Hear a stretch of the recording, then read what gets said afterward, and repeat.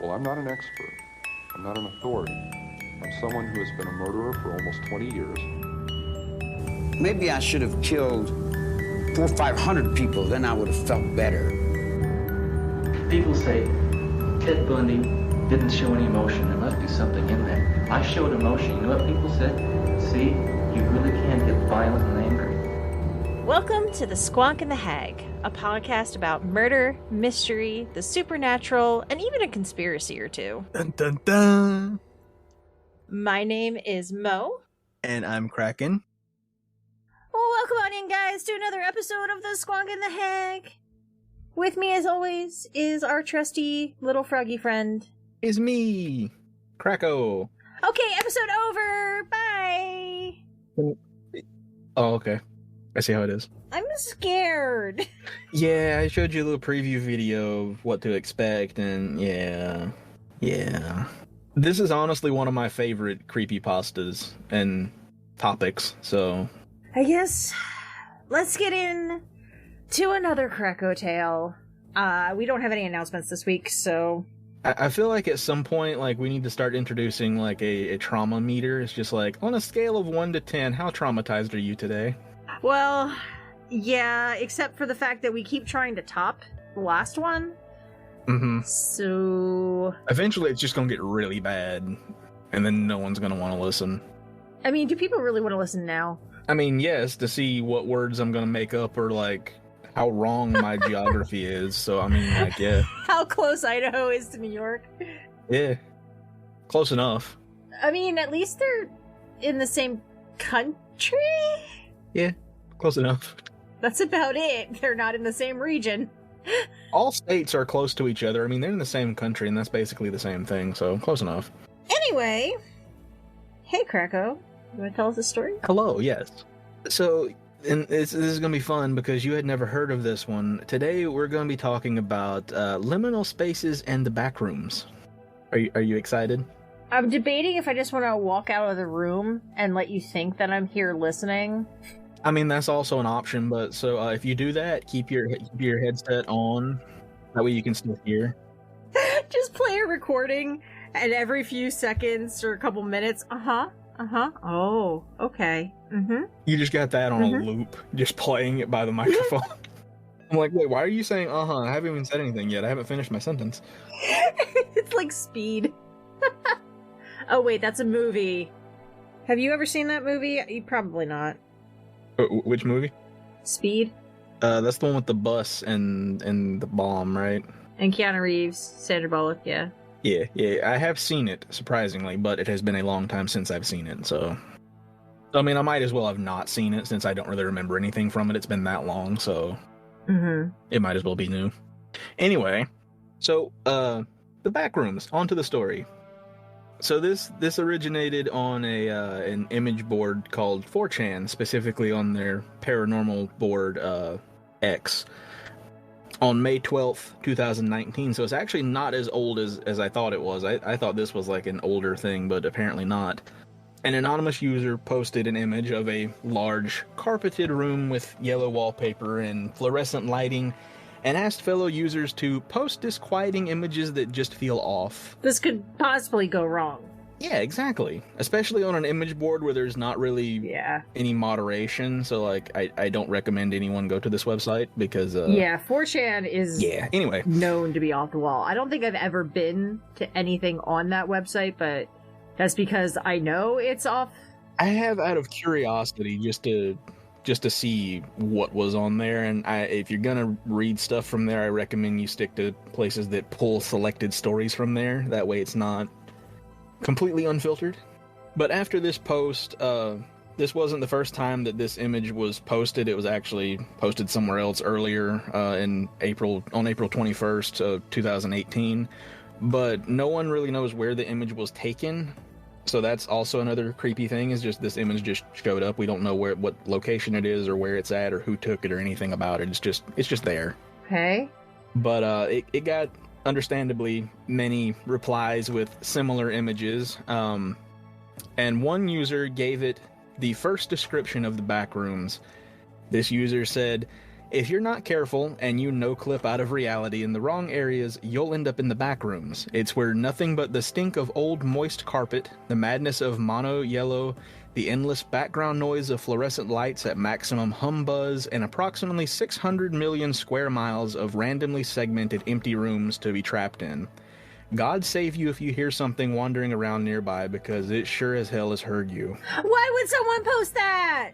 I don't know, and the fun thing about the Backrooms is like, according to like the lore, which is it varies between like where you go for the information, because it's one of those things, it's just, it can be made up by anyone, and it doesn't really have any rules to like the lore behind it and creating new lore. It's just make stuff up. It's like Slender Man. Pretty much, yeah. Like Slender Man, just it was a Photoshop contest, and then it picked up, and now it's, you know, it's an urban, like it's a legit urban legend. And yeah, actually, there's an interesting true crime story that I had. Can't remember which. It was either Bailey Sarian or Danielle Kirsty did an episode on it. These little girls, they were like 12 years old. I remember that. And they found Slender Man on the internet and everything and thought it was real, and ended up murdering one of their friends because Slender Man told him to do it. I think there was an update to that story recently. It was something about like they regret what they did or something like that. Like, I remember reading something about that they made a statement after. Well, it happened a good bit ago, so they're quite a bit older now, and you know, they're probably starting to understand, or they have started to understand just how horrible everything was. Because when you're really young like that, you don't completely understand. You don't realize your consequences have actions. Other way around. Excuse me, what? Your actions have consequences. I really said that backwards and thought nothing of it. Okay, that's where my brain got. All right, that's how this is going. Fair enough. Okay. I did not even pick up on that. Fair enough. You should have corrected me. I was sitting here and I'm like, wait, do you actually think that's the saying? Apparently I did. Like, the speech generator had a glitch in it for a moment and words got mixed up.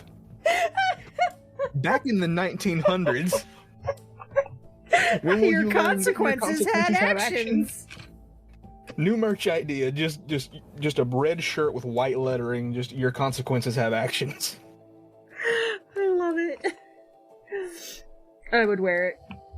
Anyway. Actually, carry on. That gives us a moment here. So, both of us tonight are being quite fashionable, if I do say so myself, with our Squonk the Hag t-shirts. One of my, if not my most comfy shirt that I own. Yeah, I get the, because you can go on our website and like there's a like the same logo on a couple different styles and stuff like that, and I get the like vintage sports tee or something like that has like the stripes on the arm, and it has like this seam across like the collarbone that makes the top like super soft and stretchy. Like it doesn't, I don't know, it's hard to explain, but I really I love this shirt, and I have a couple different shirts in this same style from the company that our merch is through. So if anybody is interested in either Krako's super comfy regular t-shirt or my super comfy vintage sports t-shirt, our website has a link to our shop. Hashtag kinda sponsored. Hashtag we're really bad at pushing our merch, and no one has ever bought anything except the people that work on the podcast. I mean, hey, that's fine. More comfy shirts for me, but you know. Well, I have this one. I have Okay Bye, and I have Team Hags. Nice. I also have the Squonk the Hag baseball hat. As you should. Yes, just all the merch. Yeah, it makes us look really fancy because we've sold all this merch, and I bought 90% of it. I mean, unless you tell someone that, they're not gonna know that. Look at all these sales. They totally weren't all me. Yeah, we're super popular in Pennsylvania. Prove that it wasn't. So, shall I continue with the story? Yes, sorry. This is fine. I'm expecting tangents. This is fine. Well, I mean, it's me pushing our merchandise. The same as if I would say, hey guys, we recently started a Patreon. You should join. Also that, yes. You know, I'm like super slick and subtle and tactful when I'm, And I am not. I will just say, buy this. Oh, that was sarcasm, Kraken. Fair. I knew that. Because your consequences of actions. Yes. The yours not? The story. Yes. But you'll be happy to know that the interesting thing about the Backrooms is you could, according to the lore, you could just fall into them at any point. You know how it's kind of like when you're really tired and you do that little nod thing, but you like kind of catch yourself before you like nod off. Mm-hmm. Just imagine if you did that, but whenever you lifted your head back up, you're not in your room anymore. I don't like this. Yeah. So, just days after this original post and description, people began making stories and putting them all over various subreddits like r/creepypasta, and later it even got its own subreddit, r/backrooms. And eventually a fandom began to form based on the Backrooms, and the creators began to expand on this original description by adding additional floors or levels. So it started off as just the one carpeted room that was in the image, and then we had to make it worse by adding more levels to it. Why? And there are some wiki pages with descriptions and images of these levels, and they go all the way to like level 1,000. So because why not? It'll be fine. Also, not all of them do, but some of them have creatures in them. Like bunny rabbits? More like giant monstrous anglerfish, but I mean, you can call that a bunny rabbit if you want. Did you actually know that in real life anglerfish are huge? No, I didn't. I just always assumed, like... I thought they were like the size of like a football. Same. Are they not? Yeah. No. Well, that's terrifying. Even more reason to be afraid of the ocean. Anyway. So, for example, level 1, as I said, has the industrial architecture, and level 2 is like a series of darkly lit service tunnels. Level 0 is the original description and image. There's even one, I think, that's like, the suburban, like, cul-de-sac type homes that are like cookie cutter houses and they're all like really close together. Mm-hmm. There's one floor that's just supposedly endless rows of those houses. In case that wasn't creepy. This is all creepy. Mm-hmm. This is all creepy. Although it is reminding me so far, surprisingly, I don't know if you've ever watched the TV show The Librarians. No. It's a great show. Loved it. So I don't know if there was like a movie with Noah Wyle called The Librarian, and then later they did, a spin-off TV show from these movies, and, it was the whole thing. But one of the episodes, it's actually the Labyrinth of the Minotaur, but it's not just like, it's not just like this big labyrinth. It's actually kind of like changes almost like this with these different levels, and like you will go from one level to another without even knowing it. Like that's kind of how this like works, geometry actually. And stuff like that. Yeah, and that's why this is reminding me of that episode. And the one, like, I'm gonna have to check this out. Yeah, it's really good. I own it. But besides the point, so the one character is like a genius level mathematician type mathy person who like understands geometry and all that stuff. So she was able to kind of figure out geometrically the way that the labyrinth kind of like trapped them in there and stuff. But I'm doing again synopses by Mo. They're fantastic. It's fine. It's good enough. But it sounds so. I wonder if maybe this was like an inspiration to the writers, or if it's just a coincidence. But I don't know, because there's a lot of things that later on we'll talk about the liminal spaces, because liminal spaces are actually a real thing, and you've possibly been to one or by one. Everyone's probably been to one at least once, or passed by one without knowing it. I've even recently been to one, so that was fun and not creepy at all. But continuing on, I don't like this. It'll be fine. By March of 2022, r/Backrooms had over 150,000 members. And as with most fandoms, there are groups of people who prefer the original version with the, you know, the large carpeted room and all of that from the original description. People prefer just that rather than adding all the other additional levels and spin-off stuff. So the book was better than movie type people? Basically, yeah. So they made a separate Reddit subreddit called r/True Backrooms. So there's many different places with information. All of it's going to be different because I looked at 2 different wikis for information. Some of them levels had no information, whereas on the other page that level has information. So it varies depending on where you go to look at stuff about it. But people have made a bunch of short stories, video games, short films based on this, which one of those is something that I sent you to get you introduced to this story a bit, and you seem to really enjoy it. Oh yeah, can't wait to watch that again. Yeah. But in a another thread on the same board on 4chan, someone had asked, and I thought this was a good question that I didn't really think about. They asked, what if someone no-clipped into the Backrooms in like the year 1800 or 40 BC or the year 2200? Would they still go to an early 21st century room?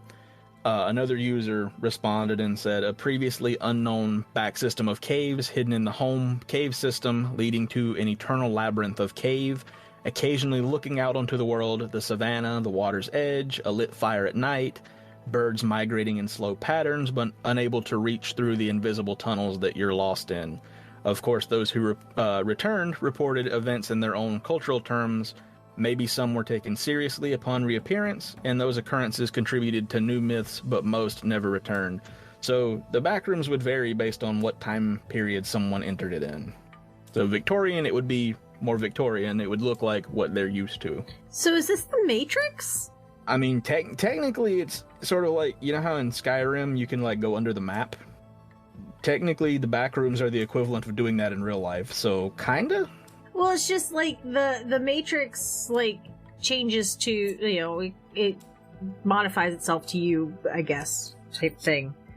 So like, I guess in a sense, if you go with that, then yeah, it kind of would be. Great. But it's always going to be scary, though.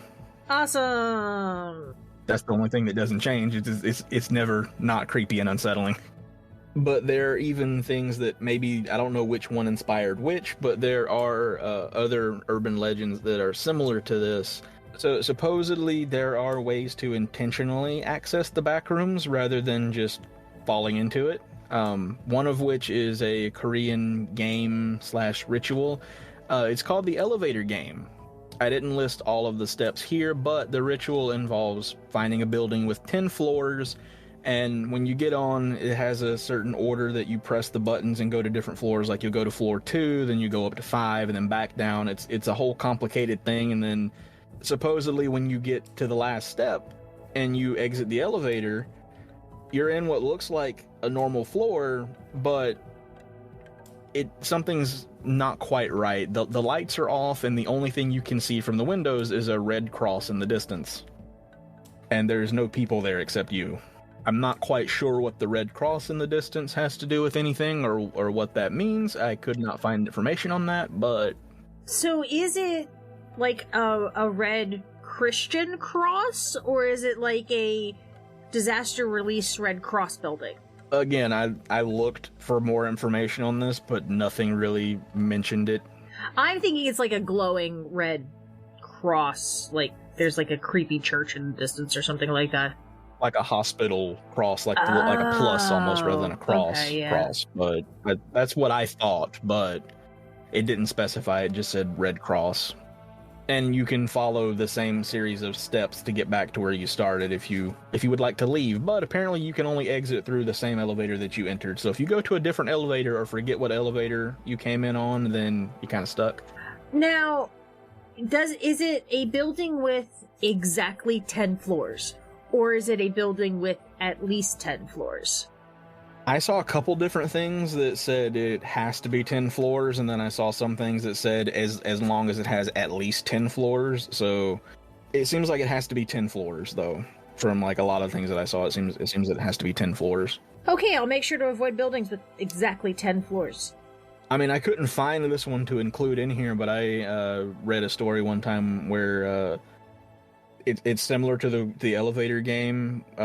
People in Korea would get on elevators, and the elevator would stop on a floor that didn't have a number. Like, there was no button for this floor, and they're not quite sure why this floor is here, how it's here, because it shouldn't be there. Is it like the 13th floor, or is that just like something completely different?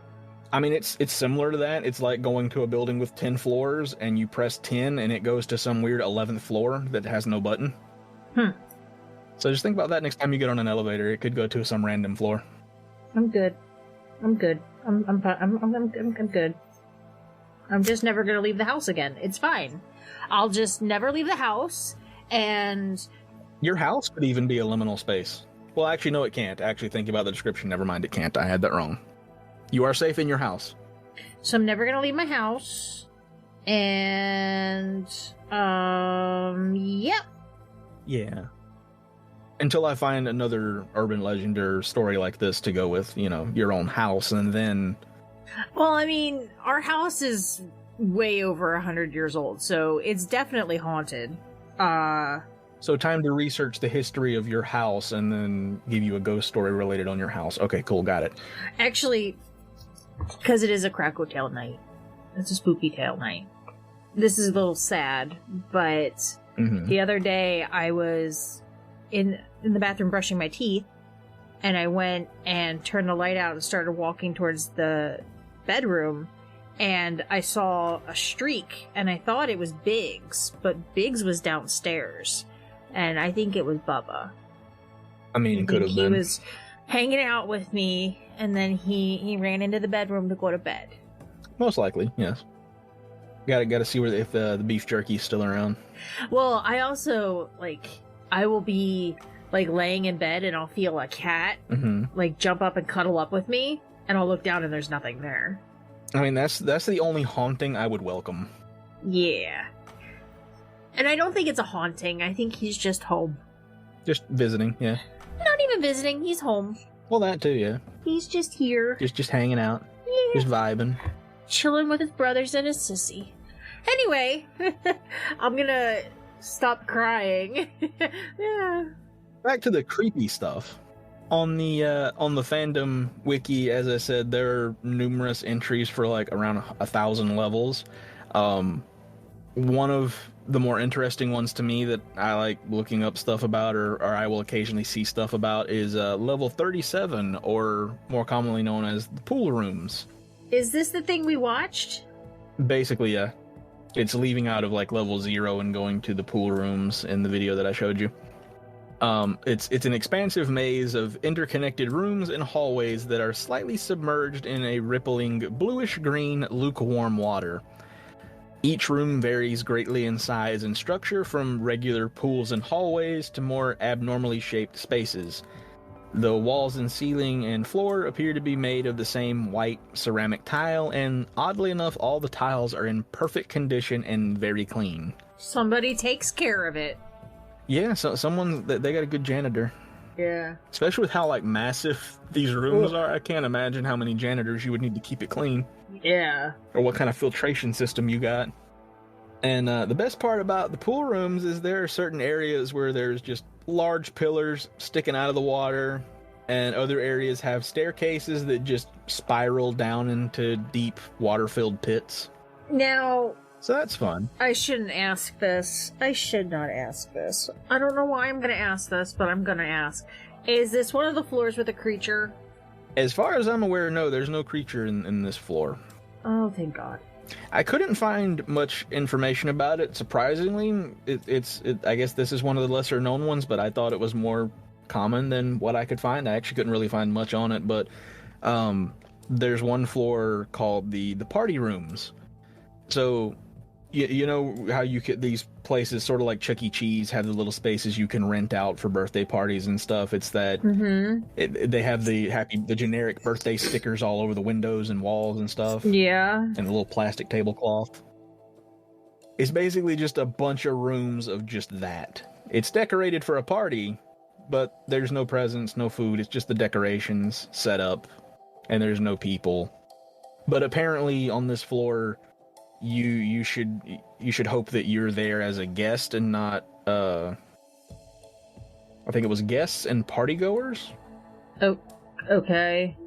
Apparently one of them is hunted by the other, so like that's fun. Awesome. That can't possibly go wrong, right? And that's just a rough summary. As I said, I couldn't find an exact description on that for some reason, which I don't know why. But and from the way that from what I research is that these work kind of like Minecraft Nether portals. Where you enter is not always where you exit. Oh. It's sort of like I see. You enter one spot, you travel for a while across a few levels. When you exit, who knows where you'll be? Yeah. As I remember, there was one short video related to this on YouTube. I'd have to look for it again, but it was someone filming their skateboard video with their friends, and he trips and falls backwards, but instead of hitting the ground, he like falls through the ground and ends up in level 0. Oh. And then this is spoilers if anyone wants to actually find this video and watch it, but it ends with him running from something. It never shows what. But he takes a ramp that slides down into another room, but when he slides down it, he falls out of the back rooms, and he's in midair back in the overworld, falling to the ground. Oh God. So that's horrifying. Yeah, that's not good. No. Yeah, that's not cool at all. No. No. But it actually made me think. I think it was one of Ranger's stories. It might have been the Benetton Triangle story about the guy where they were like drinking and they were racing each other, and he's like, I bet you I can do it, yada yada, and he just disappeared. Oh yeah. What if he fell into a liminal space? I mean, possibly, yeah. Well, I mean, you'd say he fell into the back rooms, not really a liminal space, because that's what we're gonna touch on next. So. Oh, okay. Well, okay. What if he fell into a back room? He fell into something like that. Maybe. Yeah. Well, I mean, that story, I believe it was where we were talking about triangles, which are, I don't think, the same. Escalator triangles? But that actually, you talking about where he just disappeared, what if he fell into the back rooms, that makes you wonder about the missing 411 stories where people disappear in one part of a forest and show up somewhere miles away across terrain that they shouldn't have been able to cross in that amount of time. Yeah, I think that missing 411 is actually on the list of things to research. If not, it should be, but I think you're right. I think it is. Do you want to make a podcast? Well, Spotify has a platform that lets you make one super easily, and they'll distribute it everywhere for you. And you can even earn money. It's all in one place, and the best part is it's free. It's called Spotify for Podcasters. And it works like this. Spotify for Podcasters lets you record and edit podcasts right from your phone, your computer, or whatever you have. So whether your setup is the Hot Wheels PC, or if you've got the SpaceX supercomputer, you can set up very easily and start creating today. Then you can distribute your podcast to Spotify and anywhere else people might listen to their podcasts. Video podcasts are also available on Spotify, and when you want to take your conversations with your fans to the next level, you can do Q&As, polls, anything to get them talking. Maybe tell them a creepy story, something to just disturb them and just get everyone typing at once. With Spotify for Podcasters, you can earn money in several different ways, from ads all the way to podcast subscriptions. And the best part of this all is it's free and there's no catch. Without Spotify for Podcasters, we would just be recording stuff and saving it to our computer, and that would be a little awkward since we have no idea how to distribute stuff. But thankfully, Spotify for Podcasters does all the hard work for us. So on to Liminal Spaces. Supposedly, a lot of people believe that the Backrooms are the origin of the Liminal Spaces aesthetic. which liminal spaces are just normally busy places that are now strangely empty. So my best description of a liminal space is, have you ever been on a trip as a kid, and on the ride back home you fall asleep, and then you wake up a little while later to find that it's now dark outside and you're stopped at some small gas station in a random unknown town. You don't know what time it is, and your family are the only ones there besides the employee inside. Ah, okay, and it's like super creepy. Uh-huh. It just don't feel right. Yeah. That's a liminal space. It's neither point A nor point B, but it's somewhere in between.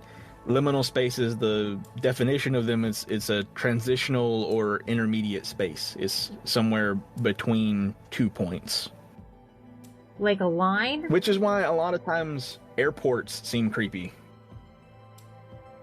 Okay. I mean, that makes sense. So my experience with this was So it's like a. Oh, go ahead. Oh, okay. No. Go ahead, because I will just make a mental note. So, my experience with this was whenever I went to help Bobo move when I went to Nebraska, and I got to the airport early in the morning. Like, the checkpoint area was busy and just full of people, but like as soon as I left that area, it was dimly lit, it's dark outside, sun's still coming up, the stores are closed, so nothing's open, and there's no people in the hallways leading to the terminal. So it's just me and the occasional people passing by, but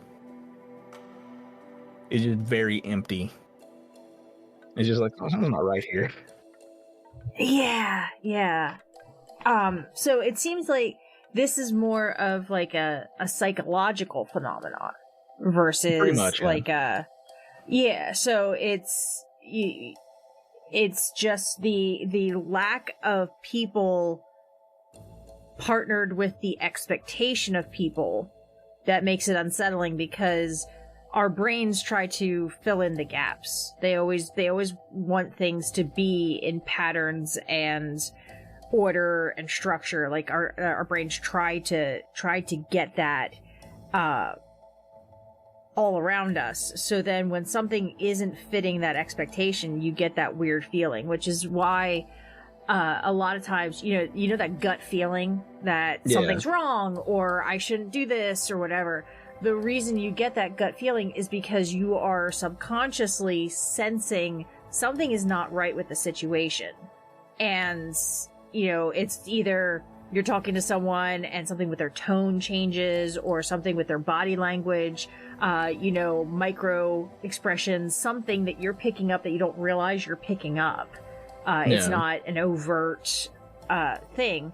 So when you go to these areas that everybody knows, oh my god, airports, they're always busy. Oh my god, this is always busy. You go to,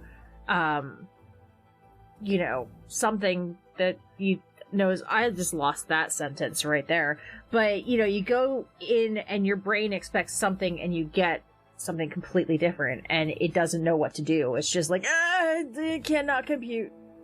Yeah, but another thing that adds into that is a place that's familiar. Somewhere it's like airports. Like, I know not everyone is familiar with an airport, but for the most part, you have some expectation of what an airport is like. You've seen it in TV, you're expecting in movies, one thing, or... But, yeah. Or even like a mall, because malls can be liminal spaces too, especially if you go to one that has like and these are called dead malls or zombie malls. They usually have a high vacancy rate and low consumer traffic, so it's like a lot of the stores are closed and empty, and there's just not a lot of people going there, but there's still a few stores that are open. So it's usually just you walking around an empty mall. Couple around here like that, yeah. Yeah, that's the one that I mentioned. There's actually one that's listed on the Wikipedia page for dead malls that's in Exton, Pennsylvania. I have been to that mall many times in the past. That's considered a dead mall, technically. I can understand why. That's... So you have been to a liminal space. Great. Well, it's making me think... because one of the pictures you included in here looks like a high school or something. Maybe it's a hospital or something, but like for some reason it's reminding me of high school.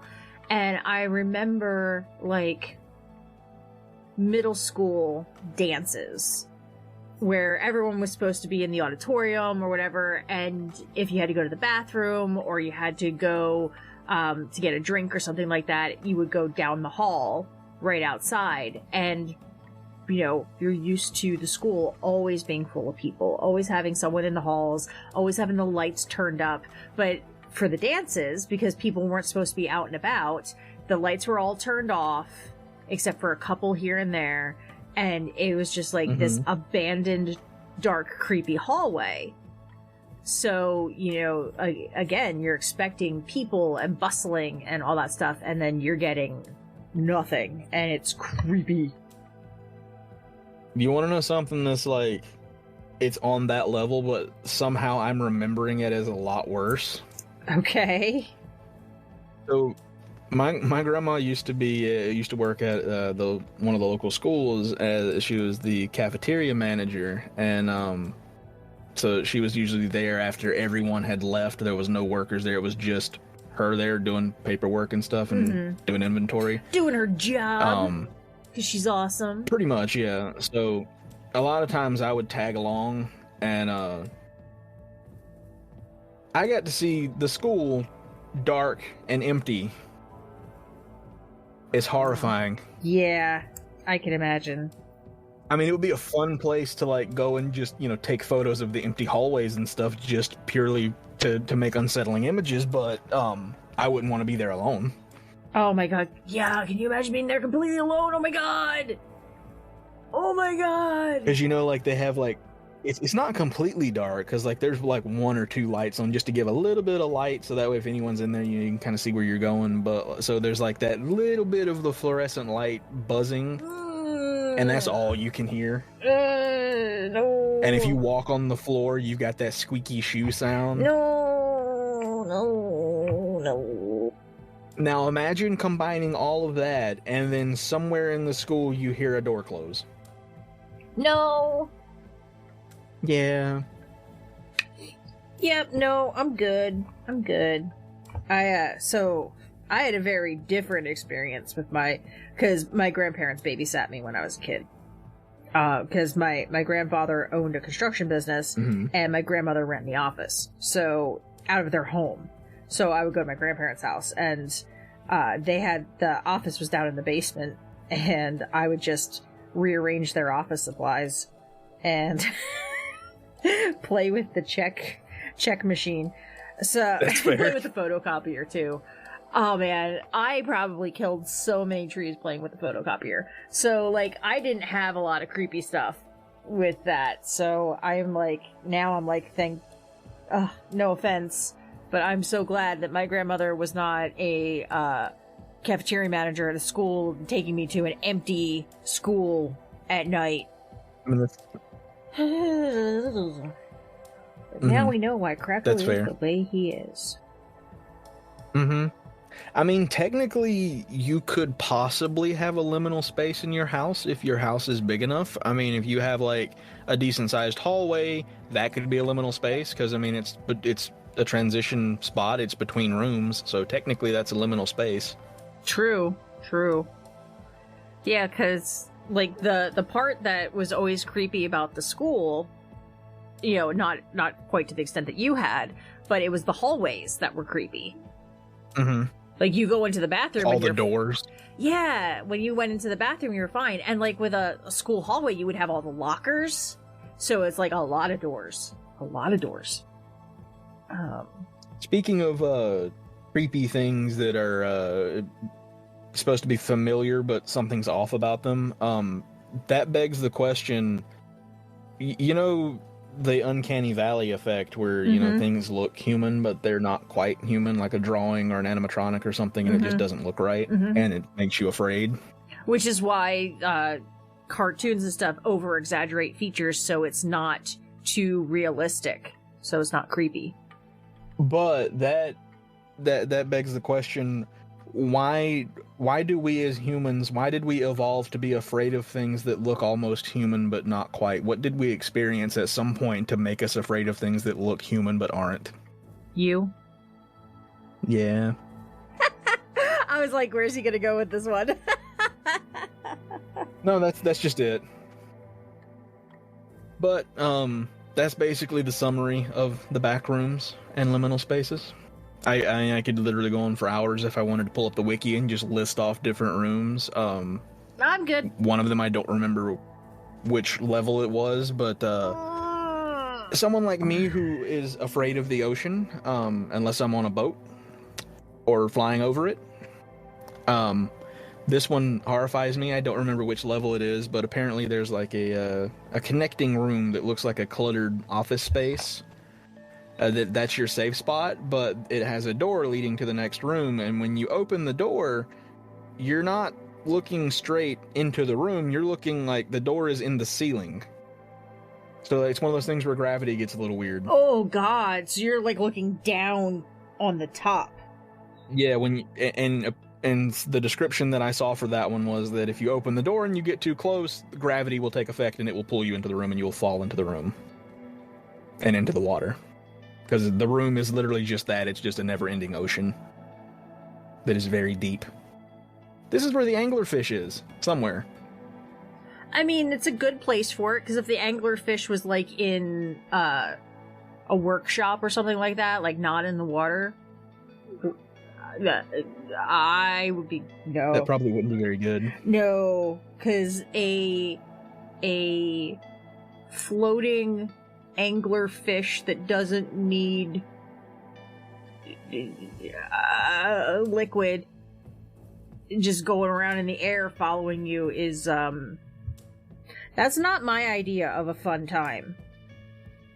So basically it's like do you remember the comic and then the little story, the writing prompt about like what if forests were like oceans where they got things got larger and like it got darker the deeper you went into the forest? You remember that? Mm-hmm. Imagine that, but like when you walk into the forest, there's just this massive anglerfish the size of a school bus just floating around the trees. Just swimming around the trees. Nope. I'm never leaving my house again. That's the point of the show. We're turning everyone into introverts. I mean, I'm already one. I am an extroverted introvert. Whatever that means. But, yeah. I'm like, I'm never leaving. No, it means that when I am comfortable, I am very outgoing and talkative and all that kind of stuff. But when I am not comfortable or my social battery is low, like I have a very small social battery. So when that's out, I'm like, done, gone. But did we just discover why our Krakow? Maybe. Because it sounds a lot like me. You are an extroverted introvert. Fair enough. But you can also be an introverted extrovert. Okay. Which means that you love people, you love going out and doing things and being social and stuff like that, but you're very quiet and you just kind of like to, experience without talking. The more you know. Yeah. But yeah, this one was a bit of a shorter one than usual Krakow Tales, but that is basically all I got on that, unless, you want to hear more levels. I'm good. You sure? I'm good. I mean, I'm gonna go do something happy, not creepy. I mean, there's one that's like, it's supposed to be a prominent safe space. It's called Neon Paradise. That's just a lot of neon pink. Ooh, I like that. Actually, I really want, one of the places I want to go, I've never been, is the Neon Graveyard in Las Vegas. I really want to go to that. My parents went and they said it's amazing. Oh, yeah. Yeah, it's just so cool. Like, I've seen so many pictures. And it's just so... And, like, neon signs were just so beautiful back then. And then you have, like, that creepy, like, aged, falling apart aspect to things. Yeah. I really want to go there someday. The only problem is that if we go to Vegas, Chris will want to do the Fallout tour. I mean, if you bring me too, then I can preoccupy Chris with that, because, I mean, that would be something that I would do too, so...